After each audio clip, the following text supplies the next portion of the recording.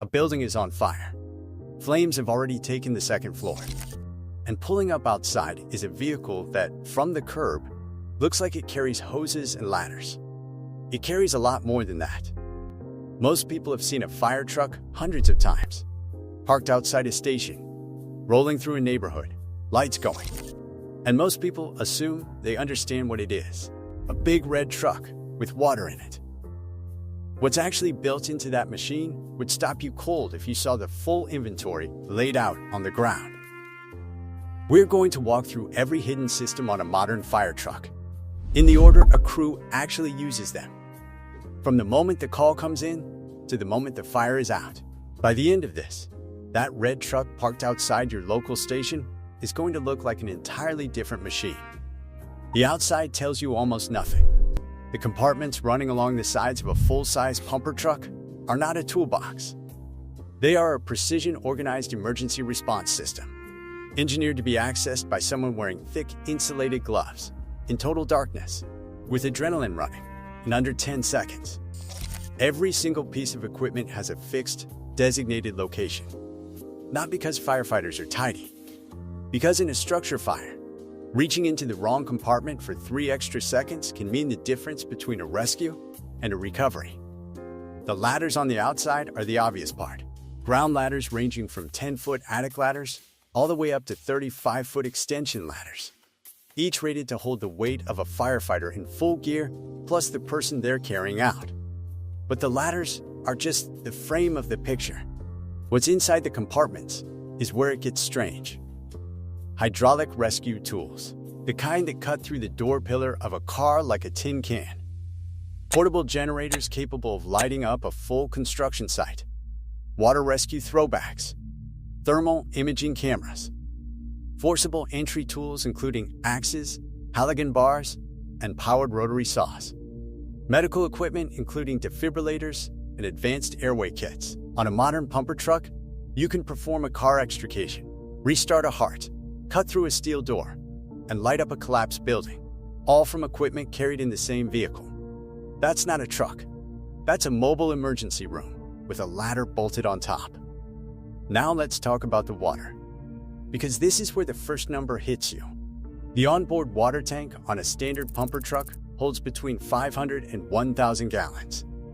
That sounds like a lot, until you picture a backyard above ground swimming pool, which holds roughly 15,000 gallons. The fire truck is carrying less than 7% of your backyard pool. At a working structure fire, flowing 2 hand lines at the same time, that entire tank is gone in under 2 minutes. 2 minutes. That number is not a flaw in the design. It is the most important engineering constraint the entire truck is built around. The onboard tank is not meant to fight the fire. It is a bridge. A survival window while the crew establishes supply lines from a hydrant. The first arriving engine uses that water to make entry, protect a victim, or knock down enough flame to buy time. The moment those supply lines connect, the onboard tank steps aside and the real volume begins flowing. This is the thing most people get completely wrong about fire trucks. The water on board is not the weapon. It is the countdown clock that everything else has to beat. Now here's the piece that actually does the work. Mounted midship on every pumper truck is a centrifugal pump, driven directly off the truck's main diesel engine through a power takeoff transfer case.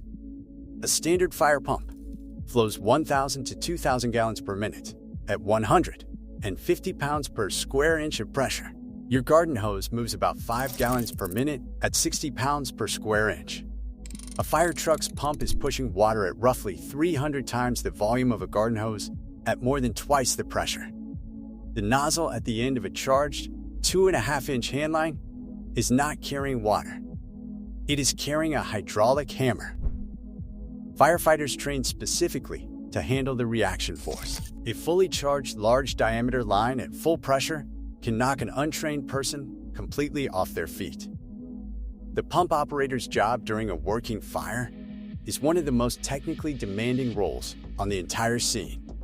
Managing inlet pressure from the hydrant, outlet pressure to multiple hand lines, monitoring the tank level, calculating friction loss, through hundreds of feet of hose and adjusting in real time as conditions change. It looks like standing next to a truck. It is actually running a small hydraulic power plant under live combat conditions. Here is the part that genuinely surprises people who think they understand fire. Water is not always the right answer. Electrical fires, certain chemical fires, and specific industrial scenarios react badly to straight water. Water conducts electricity. It can accelerate certain chemical reactions. And in extreme heat, water vaporizes so fast it creates a steam explosion inside the structure. So modern fire trucks carry a second attack system alongside the pump, a compressed air foam system, sometimes called CAFs. Instead of pure water, the CAFs mixes water with a foaming agent and injects compressed air before it leaves the nozzle. The result is a thick, clinging foam that sticks to vertical surfaces, cuts off oxygen to the fuel, and drops heat faster than plain water can.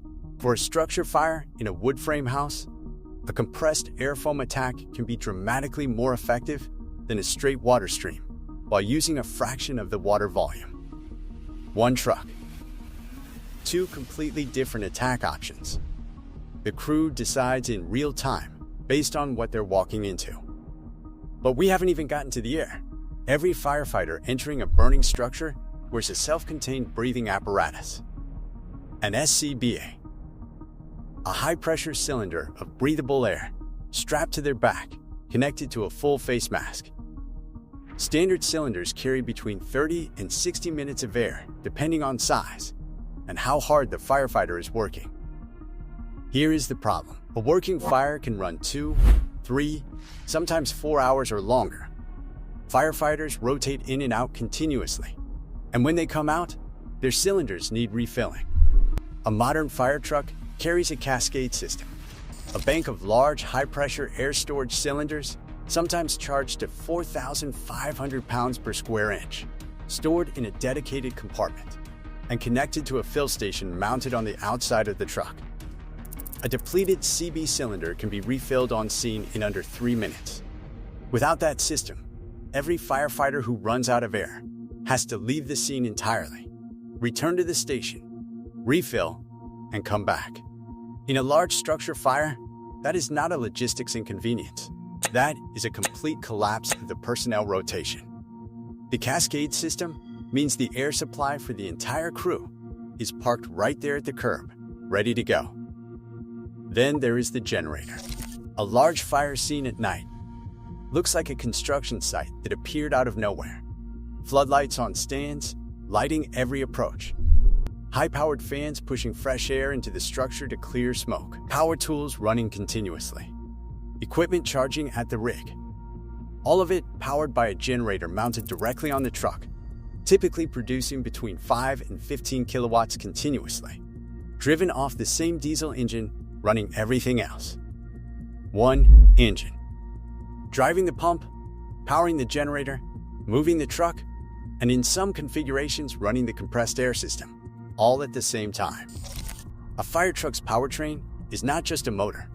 It is the central power source for an entire emergency operation, running simultaneously on multiple systems.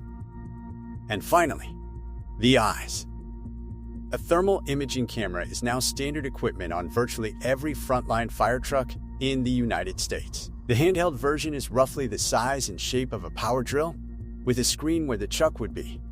In a smoke-filled room with zero visibility, a thermal camera shows heat signatures through the smoke. A firefighter can see the outline of a person lying on the floor from across a room they literally cannot see with their own eyes. Before thermal imaging, finding a victim in a smoke-filled structure meant a crawl and sweep search. Hands and knees. Physical contact with the floor and walls. Now it is a targeted extraction. Locate, move, extract. One camera, hanging on a hook inside a compartment, has fundamentally changed how many people come out of burning buildings alive. Here's what all of this adds up to. A fire truck is not a vehicle that carries tools. It is a self-contained emergency infrastructure platform. It arrives with its own water supply, its own high-pressure pump, its own breathing air refill station, its own electrical grid, and its own thermal vision system. Everything needed to sustain a full crew through the first and most critical phase of any structural emergency. And it has to arrive in under 4 minutes and be fully operational in under 60 seconds. The engineering required to pack all of that into a single vehicle that can also navigate city streets, fit into older fire station bays, and be maintained by a municipal department on a public budget is genuinely remarkable. Every cubic foot of that truck has been argued over, tested, revised, and standardized through decades of hard operational lessons. So here's what you were actually looking at every time a fire truck rolled past you. Not a big red vehicle with hoses. A mobile emergency node that can sustain an entire crew, power a scene, refill breathing air, attack a fire 2 different ways, and locate survivors in total darkness. All from one machine parked at the curb. Now here's what most people never think to ask. Once that truck is working, once the lines are charged, and the crew is inside, there is a completely different set of physics happening in the building itself. The way fire actually moves through a structure, the way superheated gases bank down from the ceiling, the way a flashover builds from nothing to fatal in under 30 seconds. That is an entirely different kind of engineered disaster, and understanding it changes everything about why firefighters make the decisions they make.